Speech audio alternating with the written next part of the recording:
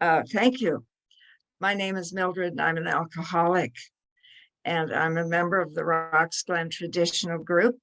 Tonight is my home group, but I have chosen to follow Bina's request and be here instead of at home group, because I really believe in home group, and unless there's something serious going on, that's where I am on Mondays and Thursdays. I'm in Toronto, if that isn't obvious. My dry date is May the 18th, 1973. So I have been sober a long time. And you know what? I'm a newcomer. You know, this deal is not the way I thought it was. And I think sometimes, you know, I've spoken places and people say, when I heard how long you were sober, I thought you wouldn't have anything to say to me because your life is so different. You know what? My life is filled with joy. It's filled with interesting things. Some days it's filled with pain. Some days it's filled with me not wanting to do what I ought to do. It's life, it's living.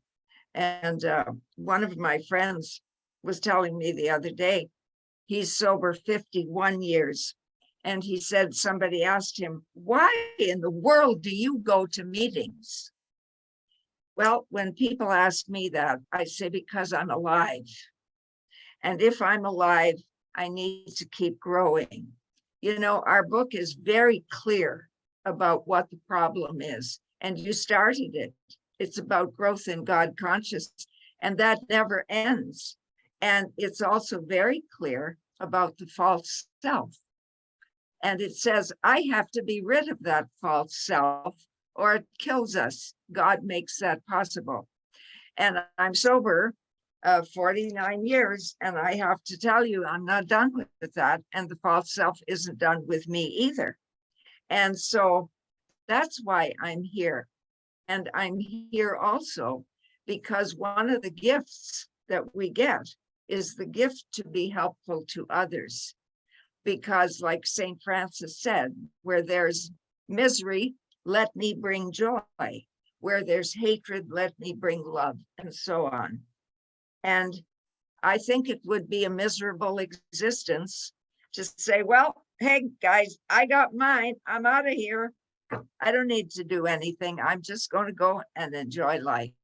I've never felt that way. I don't now, and I won't till the day I die. I was raised with people who were active in the program, who were active. And I should say they were active in more than the program. They were active in life. They were active in their communities. They certainly were active in carrying the message, but they were active also in the way they lived their life. I've got a friend I visit. I see her quite often. She's 85, and she's always got this big pot sitting on the kitchen table. And I said to her one day, what's that for? And she said, every week she makes this big pot of chili. And there's a place that she's committed to where they feed the homeless. And so every week she makes this big pot of chili and drives it downtown, so that's her contribution to doing something for others. She does other things too, but I love that. And you know, the people who were my mentors when I got sober, many of them are dead. People like Chuck Chamberlain, who many of you would know. Clancy was another one. Mac Cheater was another. Cease Corrigal was another. They were giants. They lived this program. They went to meetings and they did the AA dance. They did the AA stuff, but they really practiced this. So I'm going to, Bina said, choose a topic. And I'm going to tell you a little bit about my life and how I got sober and what that has meant. And when I hear you sober a few days, oh my God, my heart goes out to you. And when I hear that you're starting out I know what it felt like. I haven't forgotten that. And so I was raised in a big family of 10. And I was the baby of that family. And I can't ever remember being happy because I had a retarded sister. That's what they said in those days. She was retarded and she couldn't learn as fast as the other kids. And they kept her in grade 3 till she was 16. I'm not going to get into that more than to say my little heart broke because she cried. The kids made fun of her. She cried and I cried, and I wanted it stopped. And that's where I learned that the world has got to be changed. I don't like it, and it's got to go my way. Do any of you identify with that? If you want to be nuts, and if you want to stay crazy, keep that up, because that'll do it for you like it did for me. I was unhappy. I had big brothers and sisters, and they loved me. And if I asked for milk, they gave me milk. And so when I asked them to fix my sister, I totally expected that that's what they would do, and they did not. You see, in those days, people didn't do a lot of explaining about stuff. They didn't explain to me how things were with Dora. And the conclusion I came to was, they don't care about me. Nobody really sees me. I'm not important. And if I were to put my life into, as I'm trying to do, that's what I've carried a lot of my life. And if you know anything about, the subconscious and all that, and it's really important, and don't say, well, you shouldn't be talking about that. Bill Wilson did. And though you may not use the 12 and 12 as your text, it's got some really important stuff in there, because in that 12 and 12, Bill comments about how he practiced what he learned. And one of the things he says in there, we've got stuff buried at the level of consciousness. It's buried. We don't even know we have it. So, all right. So I was raised Roman Catholic, so I knew there was a God. I was raised on a big farm, and I remember looking out at the sky and the stars and the moon and the aurora borealis, and it was glorious.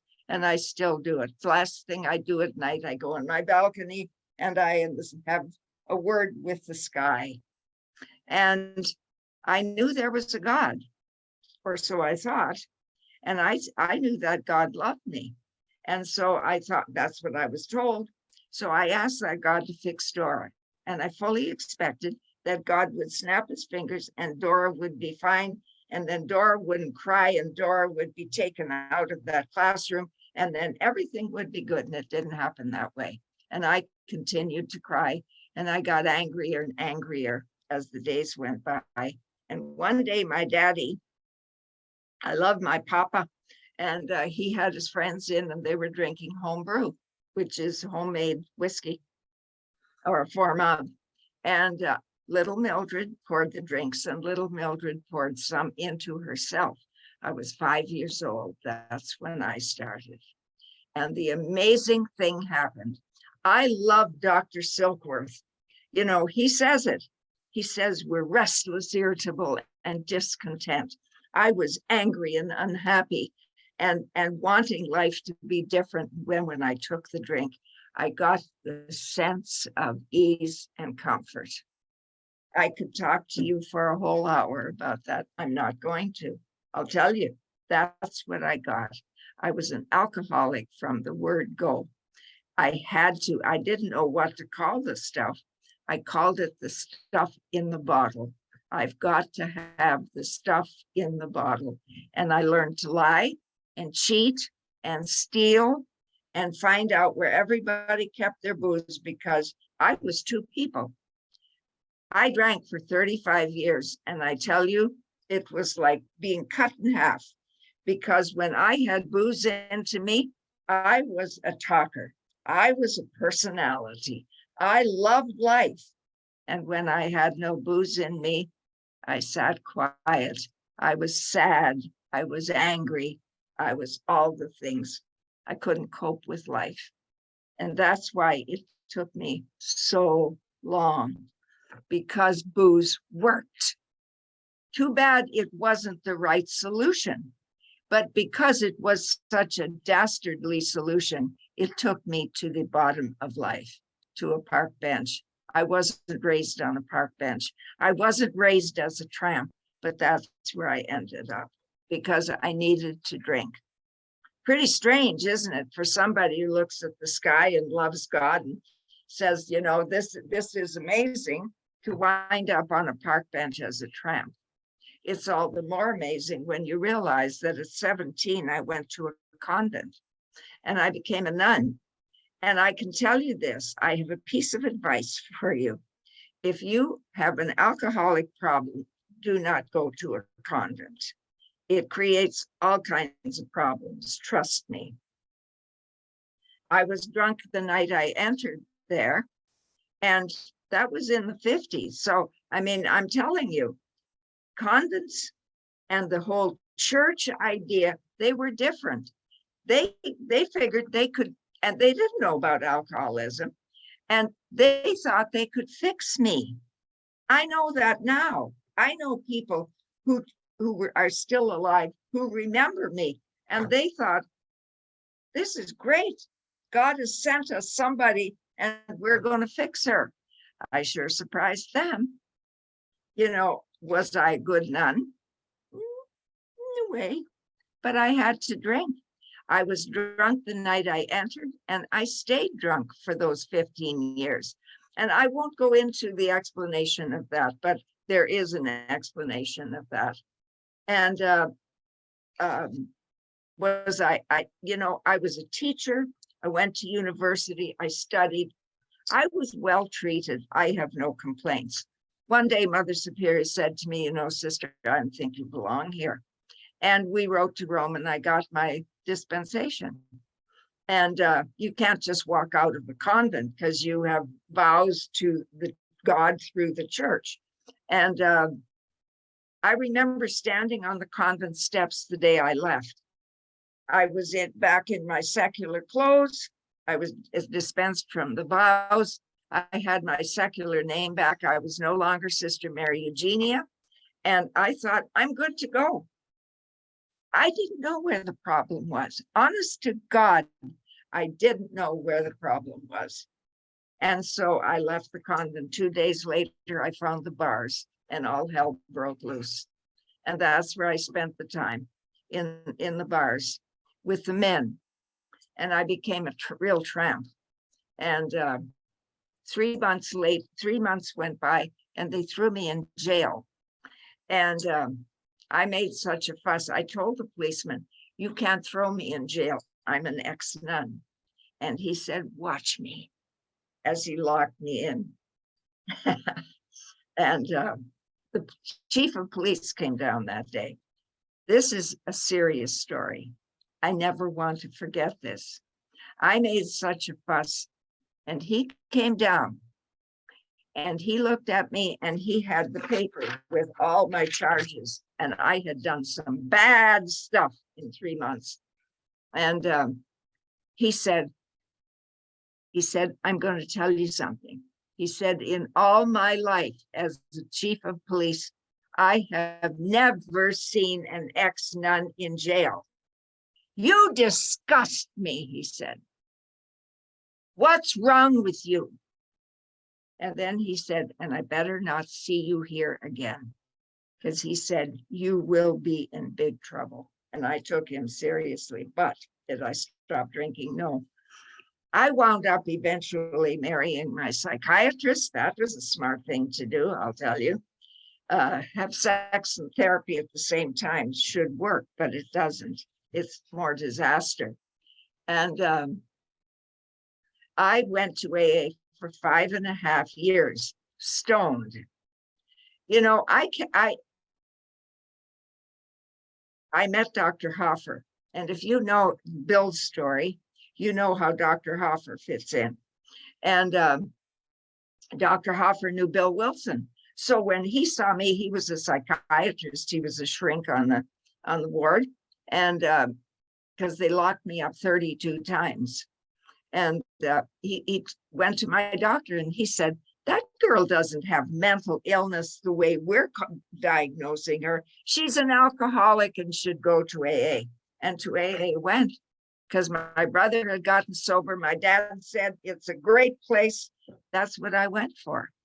I didn't know you had to change. My dad said my brother got transformed. That's what I wanted. I wanted to be transformed. Didn't know what it meant. So I couldn't stand living without something, so I took pills. I lied, I cheated, I got doctors to give me stuff. I was in the long black habit, so I couldn't go out on the street and buy them. So I had my ways. So I finally wound up on a park bench. My husband and I lost everything. And or two. To a park bench, and that's where I lived for 2 months. I don't ever want to forget when I go downtown, I always find the people who live the way I used to live, and I see what I can do for them. I know what that's like. So the police picked me off the park bench on May the 18th, 1973, and I wound up in another psych ward. And I was there 3 days, and then the nurse said, we're going to discharge you. So my dry date is May the 18th, 1973. My God date is May the 20th, 1973, because on May the 20th, the unbelievable happened to me, just as I'm saying it. The nurse said they were going to discharge me. I had no home. I had no money. My family wouldn't let me come home the way I was living. I had no idea.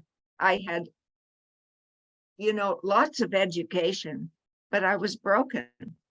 Doesn't matter. If you're totally broken, I knew I couldn't get a job. And so I decided I have tried everything to be good. I can't do it. And so I decided to take my life. And that's when I had a spiritual experience. Our book doesn't miss a beat. It says in there, we had to make a concession. We had to concede, not to somebody else, but to our innermost selves. If you're starting out and, I was ready to concede to anybody. Yeah, I'm bad girl, bad girl, bad girl. That's not what it is. I had to concede to myself, Mildred, you don't know how to live. You're done. They're going to put you out on the street. You haven't any money. You don't have a place to live. You have no friends. You've wiped yourself out. And so I said, okay, I'm done. I'm going to take my life. I thought about it, and I knew what I was going to do. And in that moment, I had a spiritual experience. That's the way I was thinking. And in that moment, this compulsion was taken, the obsession was taken, gone. I can't tell you it any other way, and I'm not going to, because that's exactly what happened. And I thought, what is happening to me? I don't have to drink anymore. And I have to tell you, I've had a lot of pain and carrying on in 49 years. I've never had the compulsion to drink. Gone. And I know that I'm still an alcoholic. But that's what I've learned about that power that we talk about. It's here. And if we let it in, it's here. It did exactly. It's power beyond anything I can imagine. And I've struggled with a lot of things, but never with drinking. Done. That part of my life is done. God did for me what I couldn't do for myself. I couldn't stay sober 5 minutes, and there it was done. Now I'm going to talk about emotional sobriety, because that's a broad term, but I don't know if you are familiar with an article that Bill wrote. I always do this with my sponsees, because I think it's one thing to be free of the alcohol or drugs or food or whatever is your addiction. That's one thing, to be clean of that. But you've got to live life. Now, me, I saw the world the way I saw the world. I hated people. I saw that people should make me happy, and they didn't. I wanted a different way of life. I wanted it the way I wanted it. And that didn't change. What the spiritual experience took from me was the compulsion and the obsession, and it left me with me. And I always tell my sponsees, it's one thing when you lose the compulsion to drink, but how do you live life? Because now I'm left with all the craziness that drew me to alcohol in the first place. The alcohol gave me relief from the way I saw the world, from the way I dealt with the world, from the way I dealt with people. And now I'm cold sober, and I haven't got any relief, you see. And so I love the fact that our co-founder also experienced that. In an article that he wrote, he was 25 years sober. He said, "Isn't it great?" He said, "We're really doing good." His exact words were, "I think many Ulsters have put the booze cure to successful tests, but they often lack emotional sobriety." You see, that's what I said. I'm alive. I still have to deal with people. I still have to deal with my bank account. I still have to deal with my living. I still have to deal with family. What is at the basis of it? My ego, the false self. And so he says, he thinks that will be the next major development in AA. You see, that's what I think. I was so accustomed to dealing with everything. I didn't like it, I drank. I liked it, I drank. I dealt with my feelings. And you put the booze aside, and the feelings, like if you're having trouble dealing with your feelings, I get that. But that's the miracle of the way AA is set up. We're not alone. If you're participating in AA, if AA is set up the way I've seen it, first of all, we have the opportunity for meetings. And if I'm feeling crazy, if I have to, I can go to a meeting every day. With Zoom meetings, if I have to, I'm not recommending that, but it's there. I'm not sitting alone on a pile of nothing and don't know what to do with my feelings. The next thing I think is brilliant is that we help each other. And that's really, to me, what a sponsor is. A sponsor is somebody who has walked the way ahead. We do that in business, we do it in school, we do it everywhere. Somebody who knows and has walked the way takes a hold of your hand and teaches you and helps you and encourages you when you feel bad. And so that's what we've got. The meetings, we've got sponsorship, we've got the big book so that we can read and see what is AA really about. And you've talked about going to meetings where it's not really AA, isn't that true? And so the AA is really laid out in the book. And that's what I see did happen to me. My first sponsor got drunk. And so a man one day walked into our meeting. I didn't like women at the time. And they were the competition.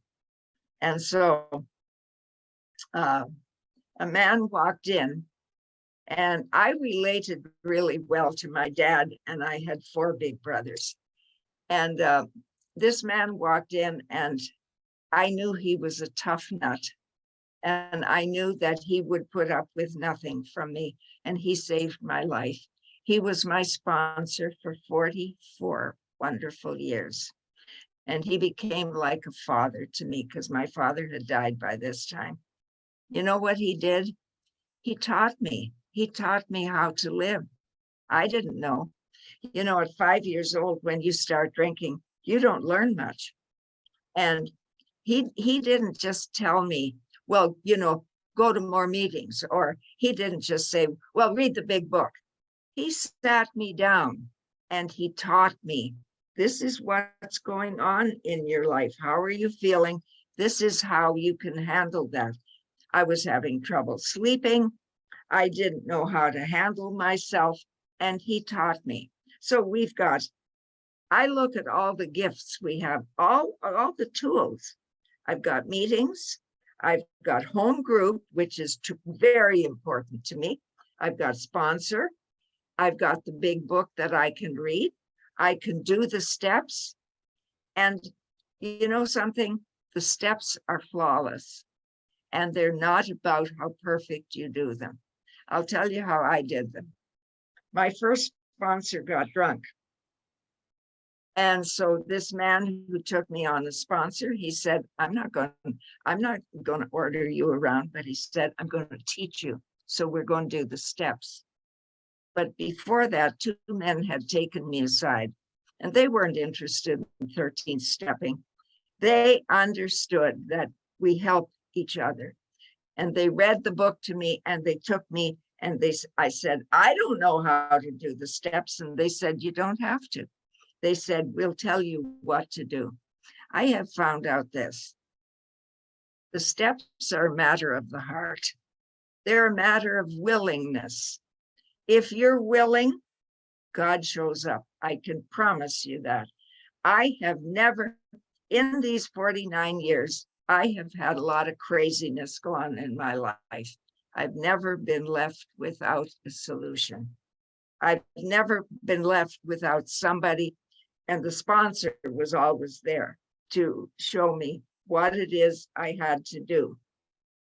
Like one time when I was 1 year sober, I got a teaching job, which is, I'm a career person in the education world. And 1 year sober. See, after that experience I had, I went through this. A man showed up and he said, you should go to Donwood. Donwood, if you're from Toronto, you know, was a kind of a hospital treatment center. Went there. And when I left there, I had no home, and I went to Skid Row. And I found a job sweeping a factory floor. And that's what I did my first year of sobriety, living on Skid Row, sweeping a factory floor. And that's where these two men showed me. It was at that period when I had gotten into AA again. And they showed me how to do the steps. They told me what I had to do. You know what? It worked. I got to stay. And then that sponsor came on board, and he said, we're going to do the steps again. And we did. And I'll tell you one, just to give you an example of how he dealt with me. I was in a college. I was a professor in the college, and there were youngsters about 20, 21 years old. And I had a home group, and there was me, 5 years old. And my students sometimes didn't behave right, and I yelled and I'd scold because I felt helpless. I didn't know how to handle things. I had never learned this stuff, and I didn't have a sense of strength and who I am and how I am. So I yelled. And so I knew this was going a bad path. I'd get fired. So I went to my sponsor, and he said, okay. He said, you will get fired if you keep this up. So he said, You've got to deal with these people different. You can't go through life yelling at everybody that doesn't do what you want. Tomorrow morning, you're going to go to that classroom and you're going to apologize to these students. And you're going to say, okay, you didn't behave yourselves very well, but my yelling was wrong. So we'll do this different, and he had me say, had me tell them, I feel insecure. Like he knew what he was talking about. I did exactly what he said. Next morning, I was shaking like a leaf. And I stood up there and I said, I came to apologize to you for the way I've been yelling at you and the way I've been speaking to you. I don't really like the way you act, but I said, it's wrong of me the way I've behaved. And they started to cry. Oh, miss, that we were wrong. And it turned them right around. He knew human nature. God, if you've got somebody in your life that can show you sometimes, he's the one who taught me, if you've got a problem, Mildred, you're the one with the problem. And whatever else might be going on, if you deal with yourself and your ego and all, you know what? I absolutely believe that. So that first 20 years, I had no relationship with God. That's kind of strange for somebody to say who was 15 years in a convent. I could tell you some more strange things, but I won't. And I had no relationship with God, therefore I didn't pray. Was I a good member of AA? Yes. And you may question that. I don't know how many of you, how much you pray, or your older members, how much they pray. I know that I behaved. I wasn't sleeping around. I wasn't cheating. I wasn't lying. I lived the principles, but I had no relationship with God. And I became very rich. I was on Skid Row 1 year and then the God shots happened. I'll promise you something. If you practice the best that you can, don't have to be perfect. If you practice this program that's presented the best that you can, I promise you something. In 2 or 3 years, you'll say to me, if I see you, you'll say to me, I've had God shots too. Like the teaching job I got. And then the money I made. And at 7 years, I bought my first house and I didn't have to sleep with anybody to do it. This is all good stuff, I'll tell you. And I became very rich and I built my own house. And I'm saying that not because, look at this. This is God at work.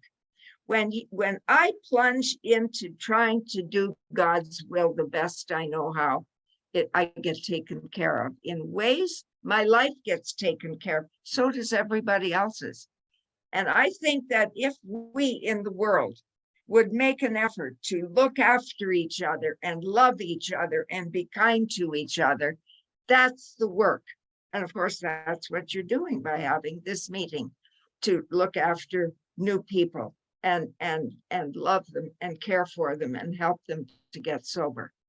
And at 21 years, I was suicidal because I believe this today. And this is where part of the emotional sobriety comes in. I don't think that I, as a person, can get away with making money, being famous, being popular, having lots of men in my life. It's not what I'm here for. This third dimension, like Thich Nhat Hanh says, remember every day that this life is impersonal. What did he say? It doesn't last. This life doesn't last. I often tell people, if you're thinking that you've got it made and you can do whatever you like, go sit in a cemetery, because one day you're going to be there, or one form of a cemetery. So am I. And it's finished. That's what I'm here for, is to grow spiritually. So I found a teacher. You know what? God put a book, a tape, a person, a phone call, and a notice in my life And I went to the States and I found out what I needed to know. I found out how that childhood was eating at me inside. And those old ideas that said, nobody loves you. Nope, you're not important. You'll never amount to anything. They were eating me. If you doubt me, take a look at what Bill Wilson said in step 8 in the 12 and 12. And, it's scientifically proven. So anyway, I'll get on with the whole business of the design for living that works. Isn't it wonderful? And so Bill Wilson, in this article on emotional sobriety, you know what I think? We start out, and I know most of you, you're starting out, not all of you, but some of you, you're starting out and you've got your old ideas and the way you see things. I promise you that will change. Like Bill says, he had taken immense wallops. That's our co-founder.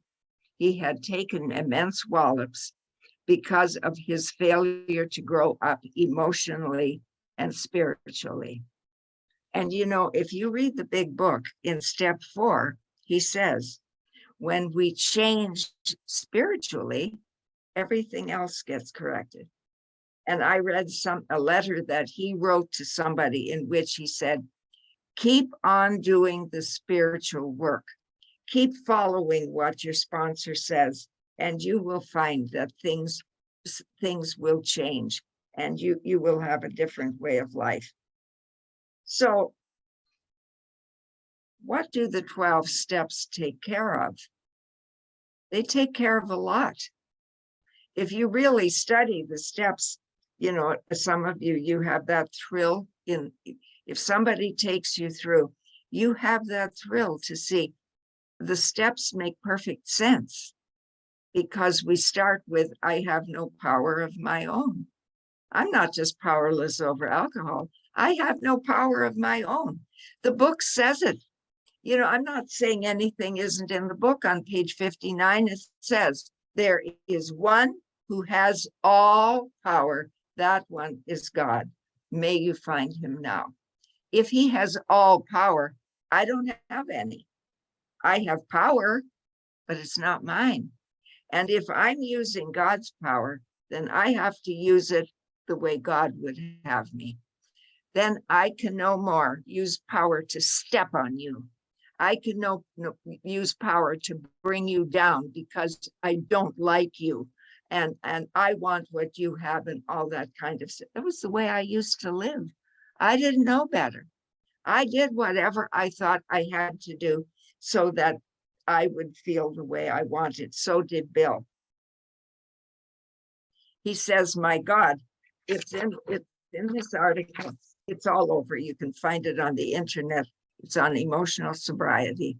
He says, my God, how painful it is to keep demanding the impossible, and how painful to discover that all along we had the cart before the horse.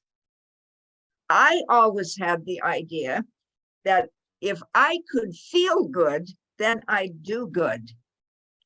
And that's the cart before the horse. Because what my sponsor told me, that there are principles in life. And if I go against how I feel, and I can tell you, there are days I really have to buckle down and do the thing I don't feel like doing. And out of it, as a result, you get to feel good. But if I sit here and think, and I've had enough sponsees, I've seen this, they don't feel good and it's painful. I understand that, but I'll take anybody by the hand and say, hey, let me walk with you. Let me help you. Let me show you. You're not alone. I'm there. That's what we can do. And you get them over that hump and they see you do the right thing, and out of it comes good feeling. So Bill says that.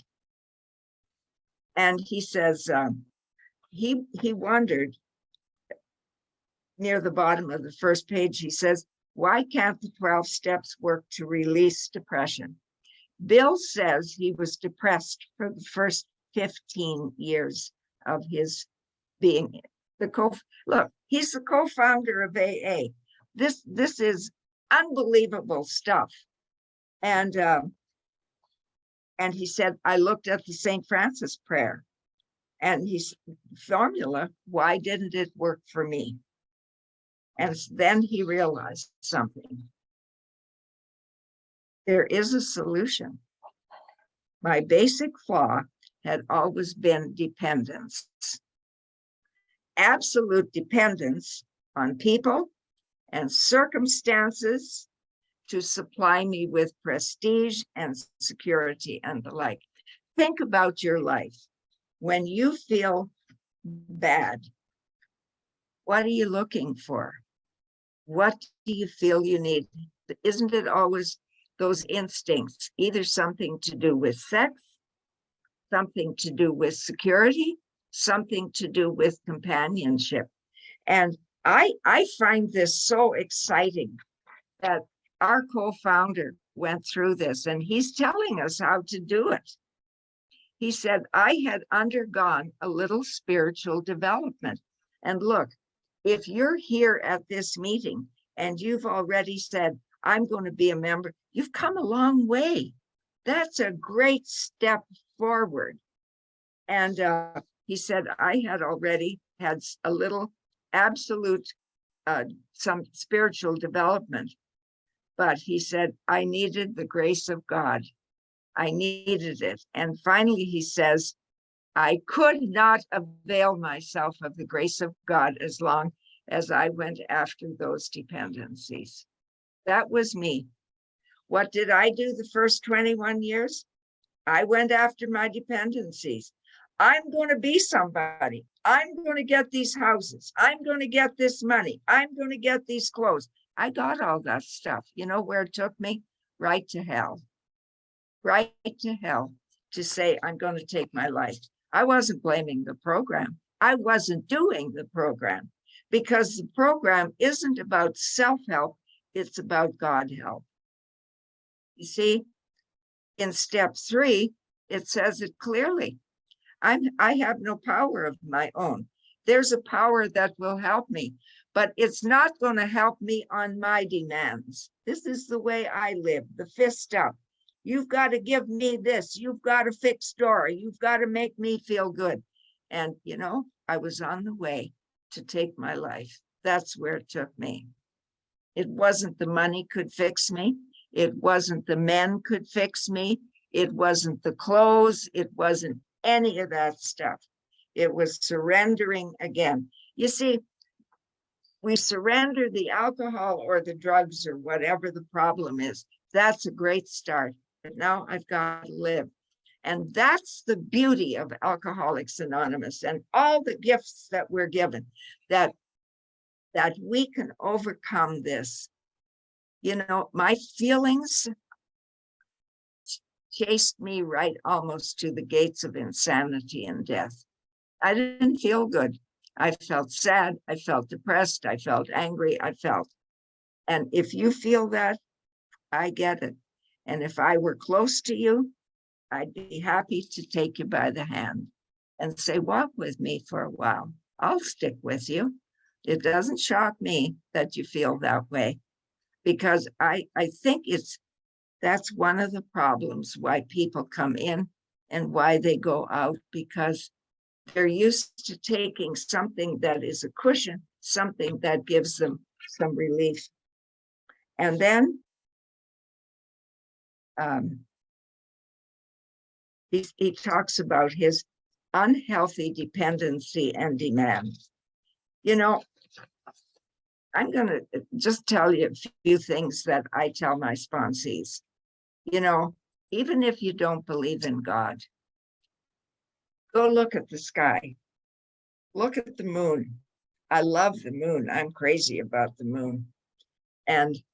Or the stars and all that beauty. Look at it. And even if you say, you know, often I think, like me, people have that idea of God that they got in church, and it doesn't work for them. And so they think they can't. I tell them, just go and sit 1 minute in silence. You can do that. Just say, God, I don't know who you are, but I'm going to sit in silence for 1 minute, not going to think, I'm not going to try to figure anything out. And if you do that a couple of times a day, I promise you, you won't know yourself. And I promise you something else that works. It works like magic, because we're all looking for love. I still am. I love it when people love me, but that's not the big deal. It's what is the love that I give out. How do I treat the people in the grocery store? Are they just pieces of whatever there? And I treat them well. This is how I used to think. Well, I don't know them, so let's just get the transaction. Or they're God beings. They're God's kids. So I talk to them now and ask them how they're doing. Like, what have you done for somebody else today to make them feel good? Who have you talked nice to? Who did you smile at? Who did you do something for? And it's an amazing thing. The more I do that, the easier my life goes. The other day, somebody came in and said, I've got a present for you. I said, really? He bought me an espresso machine. I said, why would you do something like that? He said, because I like you. See, that isn't what I'm trying to say is, when I get the hatred and the negativity and all that out of my life, the more I do that, the easier it goes. I have much less hatred and judgment today and all of that. I'll tell you one more thing I did, because it quite excites me. I haven't been to a mall much since COVID because I spend a lot of time writing and meditating and dealing with people. And on Saturday, I had to go to the mall. And I just sat there and I watched the people go by. And you know what our book says? On page 55, it says, deep within, every man, woman, and child is the fundamental idea of God. So all these kids, of God's kids, young, old, male, female, whatever, dressed poorly, dressed well, they all passed by. And I sat there and I thought, while you're sitting here, instead of daydreaming, why don't you just send everybody love? And that's what I did. And I thought, you know what, that's a great way to do life. Instead of sitting there and saying, I don't like the way that one's dressed, and that one should get a haircut, and I sure don't like the shoes she's got on. I used to live like that, critical of everybody.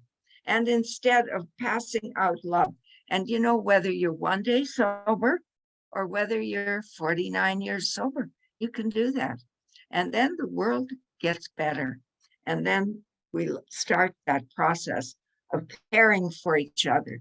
That's, to me, what emotional sobriety is all about, that we not only experience it ourselves, but that we give it away.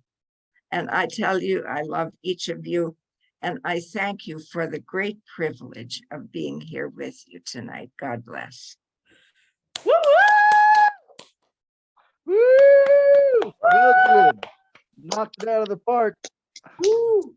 Thank you, Mildred. Mildred, love you. Thank you, Everyone, thank Mildred. you. Give Mildred a round of Amazing. applause, Thank you, please. You Mildred.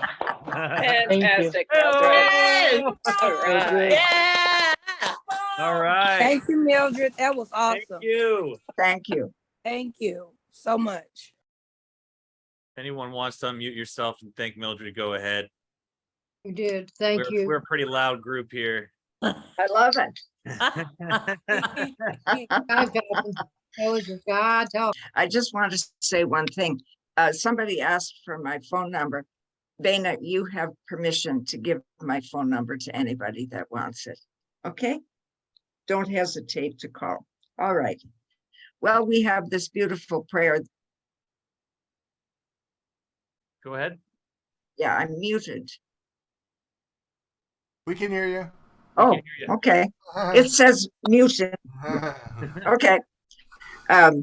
So this beautiful prayer that says it all. So in our hearts, let's remember page 55, that it says God lives there in each of us. And so together, our Father, Father, who art in heaven, hallowed be thy name. Thy kingdom come, thy will be done on earth as it is in heaven. Give us this day our daily bread, And and forgive us our trespasses, as we we forgive forgive those those who trespass trespass against us. us.